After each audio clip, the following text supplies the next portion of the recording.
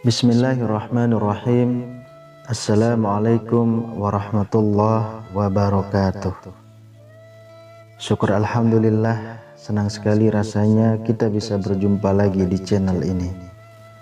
Sholawat dan salam selalu dan tetap tercurahkan kepada junjungan kita Nabi besar Muhammad sallallahu alaihi wasallam. Allahumma sholli ala sayyidina Muhammad wa ala ali sayyidina Muhammad. Sahabat beriman yang dirahmati Allah, pada kesempatan kali ini saya akan mengulas mengenai 9 hal yang harus saudaraku hindari supaya rezeki menjadi lancar. Mungkin saudaraku semuanya pernah bertanya kepada diri sendiri, mengapa hidup kita seolah susah? Rezeki terasa sangat jauh, kesusahan demi kesusahan datang silih berganti, seolah hidup ini tidak berpihak kepada kita. Sedangkan kalau kita memandang orang lain, seolah hidupnya mudah, rezekinya pun terlihat lancar, hidupnya pun terlihat bahagia. Lalu muncullah rasa iri yang dibarengi dengan pikiran negatif, sehingga kita memandang curiga kepada orang lain tersebut dengan anggapan jangan-jangan uang yang dihasilkan dari hasil korupsi, jangan-jangan dia dapat uang dari menipu orang lain, atau jangan-jangan dia malah bersekutu dengan jin pesugihan, dan masih banyak yang lainnya. Sahabat beriman, hilangkanlah sifat iri dalam diri, dan mari sama-sama kita mengoreksi diri masing-masing untuk mengetahui apakah kesusahan demi kesusahan yang datang kepada kita, termasuk kurang lancarnya rezeki yang datang kepada kita karena ulah kita sendiri. Padahal kita tahu Allah Subhanahu wa ta'ala tidak akan menganiaya hambanya. Allah Subhanahu wa ta'ala senantiasa mempermudah jalan hambanya. Tapi kenapa masih saja seolah rezeki sulit datang kepada kita? Sahabat beriman, perhatikan 9 hal yang akan saya sampaikan. Siapa tahu masing-masing dari kita masih ada yang melakukan hal berikut ini. Yang pertama adalah, apakah kita masih melakukan kemusyrikan atau berbuat syirik meski hanya dalam hati?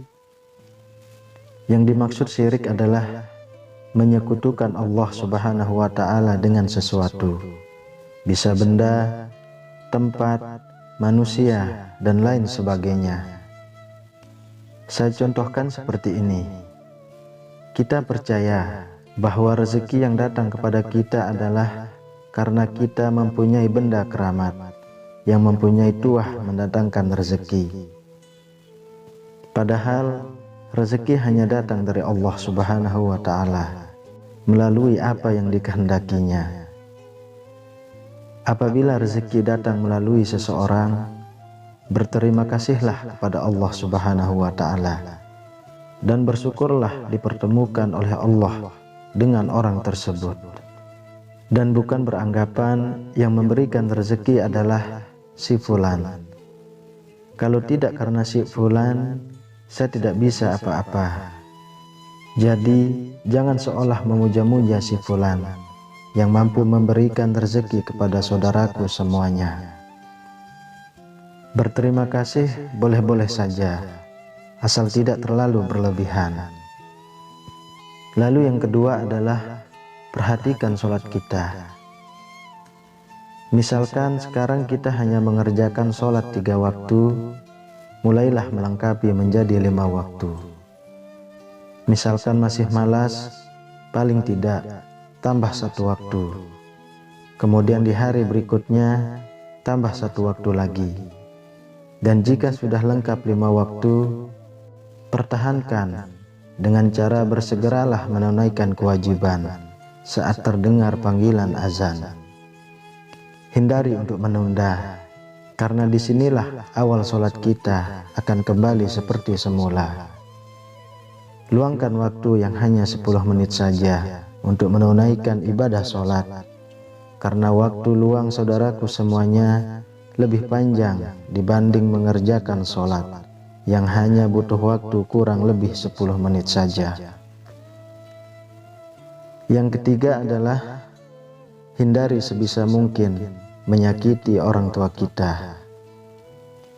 Apabila saudaraku pernah berbuat salah atau mengucapkan perkataan menyakiti hati orang tua, mulai sekarang bangunlah dan meminta maaf kepada kedua orang tua kita. Karena ridho Allah Subhanahu wa Ta'ala ada pada ridho orang tua juga. Lalu bagaimana kalau orang tua kita sudah meninggal, sedangkan kita pernah menyakiti hatinya dan belum sempat meminta maaf? Paling tidak, doakanlah mereka dengan doa yang baik dan meminta maaflah kepada Allah Subhanahu wa Ta'ala. Karena sesungguhnya Allah Subhanahu wa Ta'ala Maha belas kasih kepada hambanya. Penyebab yang keempat adalah apakah kita memakan harta yang bukan hak kita? Dalam hal ini sangat luas penjelasannya, namun saya contohkan yang mudah saja. Dari setiap rezeki atau kekayaan yang kita dapat, ada hak dari fakir miskin, termasuk anak yatim piatu, yakni 2,5%. Untuk itu saya sarankan kepada saudaraku semuanya, sisihkan dari bagian yang memang menjadi hak mereka dari penghasilan kita, lalu berikan. Caranya bagaimana?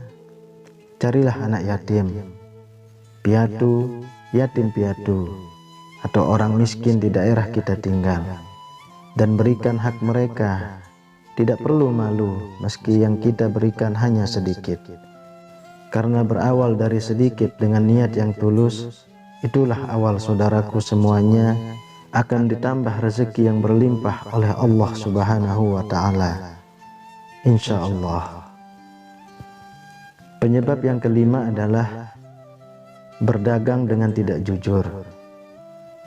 Apabila kita hendak melakukan jual beli, hendaknya tidak mengurangi takaran. Bahkan kalau bisa, lebihkan sedikit takaran dan niatkan untuk bersedekah. Apabila jual beli barang, utarakan barang tersebut sesuai dengan kondisinya. Saya contohkan, misalkan jual beli HP bekas. Jika ada rusak, utarakan saja kekurangannya dan hargai yang pantas. Ada yang bilang jujur akan hancur, tapi perlu kita ketahui, mungkin kita akan menerima lebih sedikit daripada yang tidak jujur. Tapi yakinlah, kita akan mendapat lebih besar di kemudian hari. Orang yang tidak jujur mungkin akan mendapat banyak di awal, akan tetapi setelahnya akan mendapatkan sedikit karena perbuatan kurang jujur yang dilakukannya sendiri. Untuk itu, saya sarankan kepada saudaraku semuanya, jika sifat ini masih ada pada saudaraku semuanya, mulailah untuk sedikit demi sedikit dihilangkan. Karena Allah Subhanahu wa Ta'ala Maha mengetahui apa yang kita lakukan. Lalu yang keenam adalah, apabila saudaraku semuanya sudah berumah tangga, hindari untuk menyia-nyiakan atau menyakiti anak maupun pasangan hidupnya. Apabila saudaraku merasa kesal, kalau bisa, cobalah untuk mengoreksi diri dulu. Kenapa pasangan atau anak kita belum mampu seperti yang kita inginkan? Lalu diskusikan bersama dan temukan akar permasalahannya. Apabila masih belum menemukan titik terang, berdoalah dan serahkan semua masalah kepada Allah untuk mencarikan cara yang terbaik sambil tetap berusaha. Insya Allah, saudaraku semuanya akan ditunjukkan jalan yang baik untuk mengurai masalah. Karena sesungguhnya Allah Subhanahu wa Ta'ala adalah sebaik-baiknya pemberi solusi. Dan bagi yang belum berumah tangga, ini bisa menjadi pelajaran untuk mendapatkan pasangan yang baik nantinya. Lalu penyebab yang ketujuh adalah berbohong. Mungkin benar saudaraku semuanya berbohong demi kebaikan, tapi perlu diingat, kebaikan yang dimaksud adalah kebaikan untuk siapa? Apabila kebaikan untuk diri sendiri atau orang lain secara sepihak, saya rasa itu kurang sesuai. Kenapa? Karena bisa merugikan orang lain yang kita bohongi. Dan sifat seperti itu membuat kita jauh dari rezeki Allah. Menghilangkan sifat berbohong tidaklah mudah seperti membalikkan telapak tangan. Akan tetapi, bisa kita kurangi sedikit demi sedikit kebiasaan tersebut. Dan mulailah tanamkan dalam diri kita sifat yang jujur.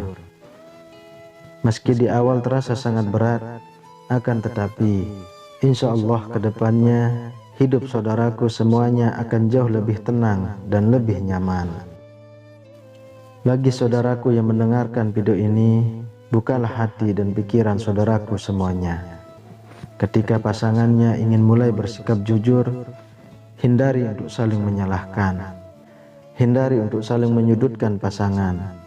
Dukunglah dengan perkataan maupun perbuatan yang baik. Dan mulailah untuk saling memaafkan. Insya Allah akan mendatangkan rezeki yang luar biasa. Yang kedelapan adalah memerintah atau berkuasa dengan sewenang-wenang. Maksudnya adalah apabila saudaraku semuanya sedang menduduki jabatan penting atau menjadi pemimpin dalam rumah tangga, hindari untuk menyalahgunakan kewenangan demi kepentingan pribadi. Kalau dalam jabatan, saya contohkan, memudahkan urusan orang lain dalam hal korupsi atau menipu. Seperti yang sudah saya katakan di awal, mungkin akan mendapatkan harta kekayaan yang banyak. Akan tetapi pada akhirnya akan menyebabkan banyak masalah, baik dalam rumah tangga maupun dalam hal kesehatan. Dan bagi para pemimpin rumah tangga, hindarilah menyalahgunakan kewenangan dalam keluarga.